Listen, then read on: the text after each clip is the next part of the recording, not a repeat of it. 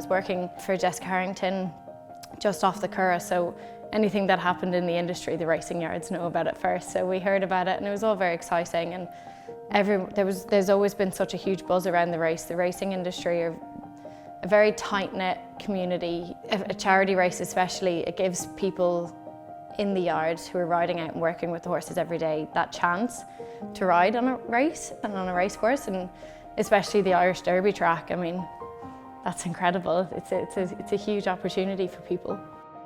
There's always, you know, said in passing, Liv, when are you going to do a charity race? When are you going to just bite the bullet and do it? And I suppose nerves and confidence, I never really wanted to do it. I was always a bit too scared, but no, Mrs. Harrington called me, and Kate, and we had always spoken about it, and there was always the nudge, or, you know, Liv will do a charity race at some point. But yeah, no, when I got the call from the Harringtons, and Kate kind of knew I was moving down to Australia as well for a little while, and I was finishing riding out, I was finishing my degree, and she was like, we're just going to do it this year. This is the year that we're going to do it.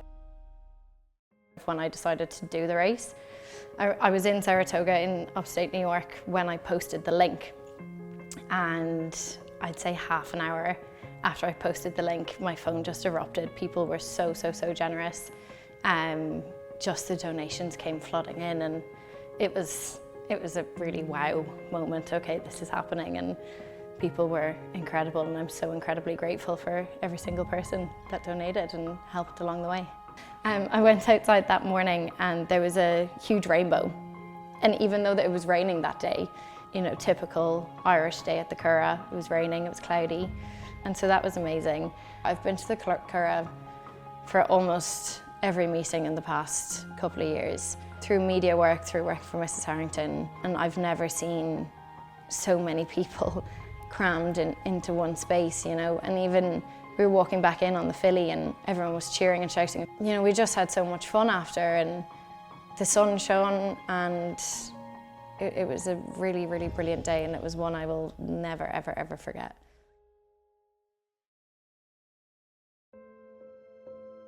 So Mum was first diagnosed with breast cancer around 13 years ago. Got through that, then a few years ago the cancer came back. Unfortunately did not quite go as well with that one.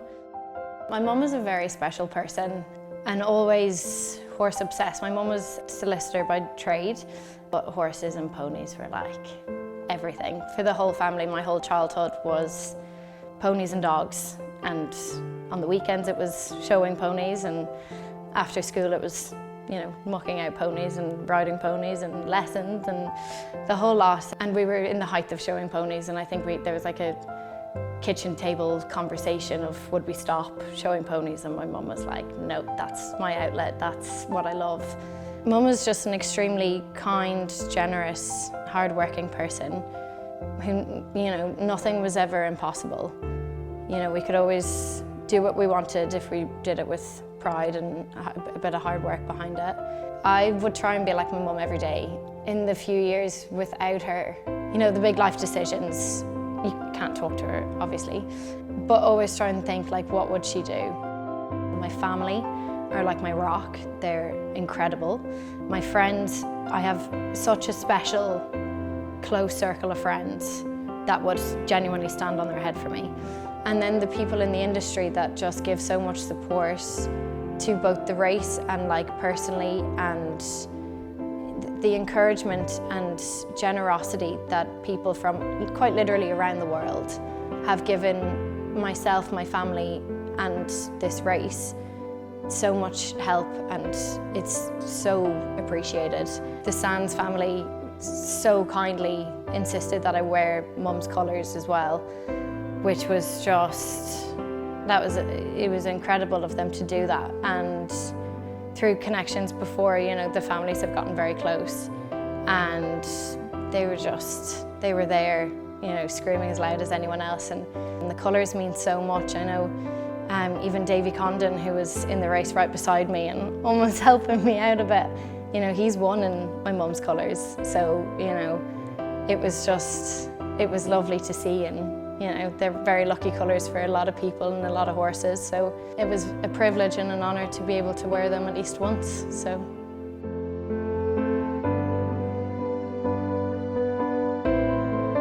Don't overstress it.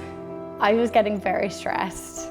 I really wouldn't overstress it, you know, ride out, you know, listen to the people around you. They all know so much and they know more. Well, they know more than me anyway.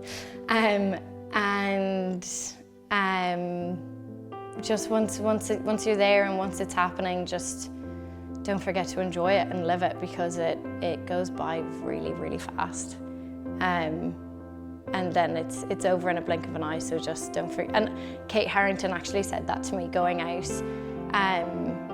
You know, we had walked it a couple of times, and she was, you know, once you see this sign, take a breath, because I was just holding my breath the whole time. She was like, take a breath, look up, have a look around, realize what you're doing and enjoy it, and which I did. And it was probably the best advice I got from anyone, was just, at the end of the day, just enjoy it. And if we can do it all again next year and this year and all the years to come, it needs to be a highlight on everyone's calendar, because it's just the greatest race of the year.